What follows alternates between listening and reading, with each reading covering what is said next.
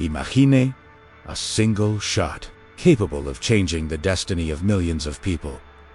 A seemingly simple moment on an ordinary morning that triggered one of the most devastating wars in human history.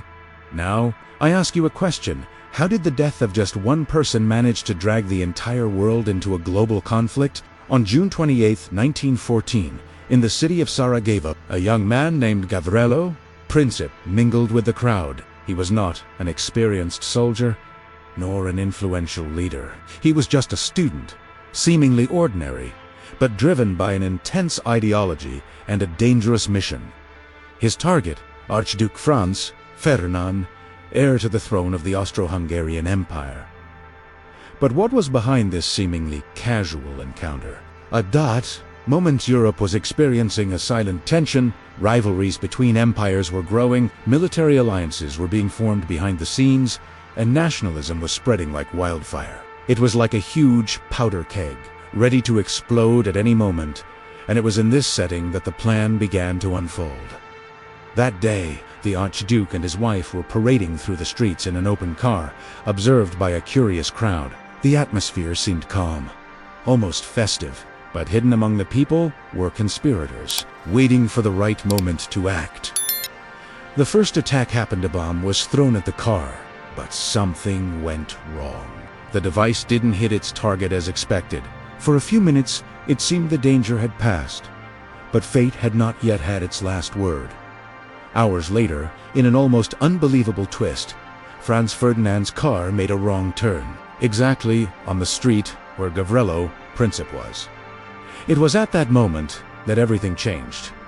Without time to think, Princip drew his weapon and fired 2 shots at point-blank range. In seconds, the Archduke and his wife were seriously wounded. Shortly after, both would die. 2 shots, 2 lives lost, and the beginning of a domino effect that no one could stop. The most impressive thing is that this assassination wasn't just an isolated crime. It was the trigger for something much bigger, something that had been brewing for years. But here's an intriguing question. Was this event really the cause of the war, or just the perfect excuse for an inevitable conflict? In the next segment, you'll discover how secret alliances and political decisions transformed this assassination into a world war, and why everything spiraled out of control so quickly. If the assassination of Franz Ferdinand was the trigger, then what followed was an unstoppable chain reaction. Now think about it. How did a crime that occurred in a single city manage to involve practically all of Europe in a matter of weeks? The answer lies in something that, at first glance, seemed to guarantee security, but ended up fueling the chaos: military alliances. At the time, Europe was divided into 2 major blocs. On one side, the Triple Alliance, led by the Austro-Hungarian Empire and Germany. On the other side, the Triple Entente, formed by France, Russia, and the United Kingdom. These alliances functioned as promises of mutual protection. In theory, they were a way to avoid wars. But, in practice, they created an extremely fragile system, where any small conflicts could turn into something gigantic, and that's exactly what happened. After the assassination, the Austro-Hungarian Empire directly blamed Serbia, accusing the country of supporting nationalist groups like the one that included Gavrilo Princip. With the full support of Germany, known as the Blank Check, the Austrians sent an ultimatum to Serbia with extremely harsh demands. Serbia even tried to avoid conflict. It accepted most of the conditions, but refused some that compromised its sovereignty.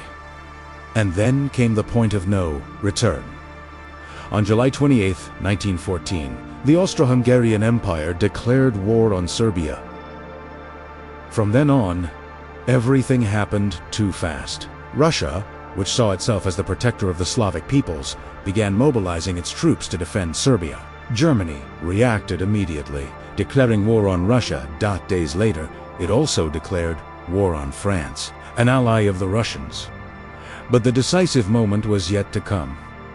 To attack France more efficiently, Germany decided to invade Belgium, a neutral country. This decision completely changed the course of events. The United Kingdom, which had promised to protect Belgian neutrality, entered the war. Within days, almost all of Europe was involved. The most frightening thing is that many leaders believed it would all end quickly. They spoke of weeks, perhaps months. But they were completely wrong. What began as a sequence of political decisions would transform into a devastating conflict, with millions of lives lost. And here's the unsettling question. Did anyone really try to stop this escalation, or was everyone already prepared for war? In the next segment, you'll discover how human error, national pride, and rash decisions plunged the world into unprecedented destruction. Now that the war had begun, there was no turning back. But there's something many people don't realize. World War I wasn't just caused by an assassination. It was fueled by human decisions, strategic errors, and above all, pride. And this raises a disturbing question. To what extent did the leaders want to avoid war, or simply prove their power to the world?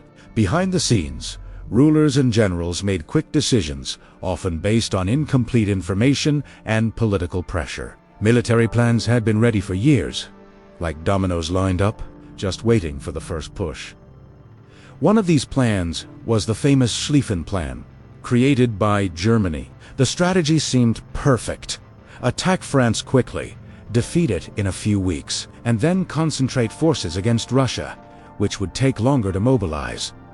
On paper, it was brilliant. But in reality, it was a fatal mistake. French resistance was much greater than expected. Logistics failed, coordination was lost, and the German advance began to slow. What should have been a quick victory turned into a stalemate. And that's when the scenario changed completely. Soldiers began digging trenches. Long lines of defense stretched 4 miles, creating a static and extremely dangerous battlefield. The so-called war of movement gave way to war of positions. Inside the trenches, the reality was brutal. Mud up to their knees, intense cold, disease, rats, and the constant fear of death. Each advance meant crossing open land under enemy fire.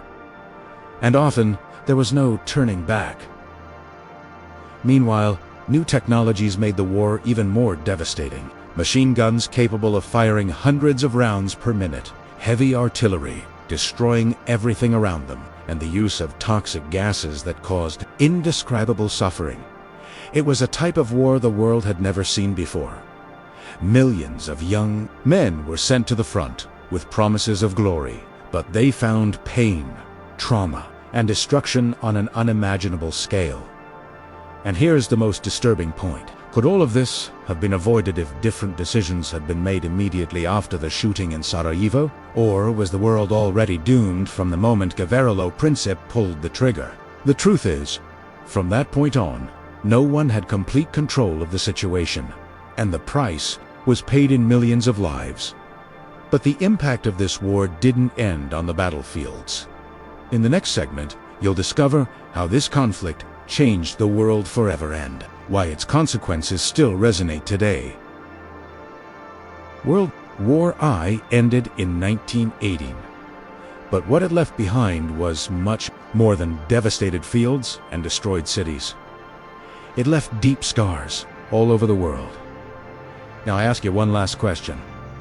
Did it all really end, or did it just pave the way for even greater conflicts? By the end of the war, more than 16 million people had lost their lives. Entire empires disappeared, such as the Austro-Hungarian Empire, the very same one that was at the center of the conflict after the death of Franz Ferdinand. The map of Europe was redrawn. New countries emerged, but instead of lasting peace, what was created was an environment of instability, resentment, and tension. One of the most decisive moments was the signing of the Treaty of Versailles in 1919. This agreement imposed harsh punishments on Germany, holding the country responsible for the conflict and demanding enormous reparations. In theory, this would guarantee peace. In practice, it planted the seeds for another disaster. The feeling of humiliation and revolt grew within Germany, and years later, this scenario would pave the way for the rise of radical leaders, such as Adolf Hitler, leading the world directly into World War II. All of this connected to that moment in 1914. Those two shots in Syria didn't just start a war, they completely changed the course of history. And perhaps that's the greatest reflection of all. Small events can have gigantic consequences, especially when combined with pride, rivalry, and poorly calculated decisions. The history of World War I isn't just about battles or strategies. It's about human choices, about how decisions made in moments of tension can impact entire generations. And this leads us to think about the present. How many conflicts could be avoided today? How many decisions are still made based on ego, power, or fear? History isn't just something that happened. It's a constant warning. If there's a lesson here, it's clear. Understanding the past is essential to avoid repeating the same mistakes in the future. And now I want to know from you, do you believe that World War I could have been avoided? Or was it inevitable? Comment below. I really want to know your opinion, and if you enjoy content like this, which explains history in an engaging and in-depth way, subscribe to the channel and turn on notifications so you don't miss the next videos. Because here, every detail of the story matters.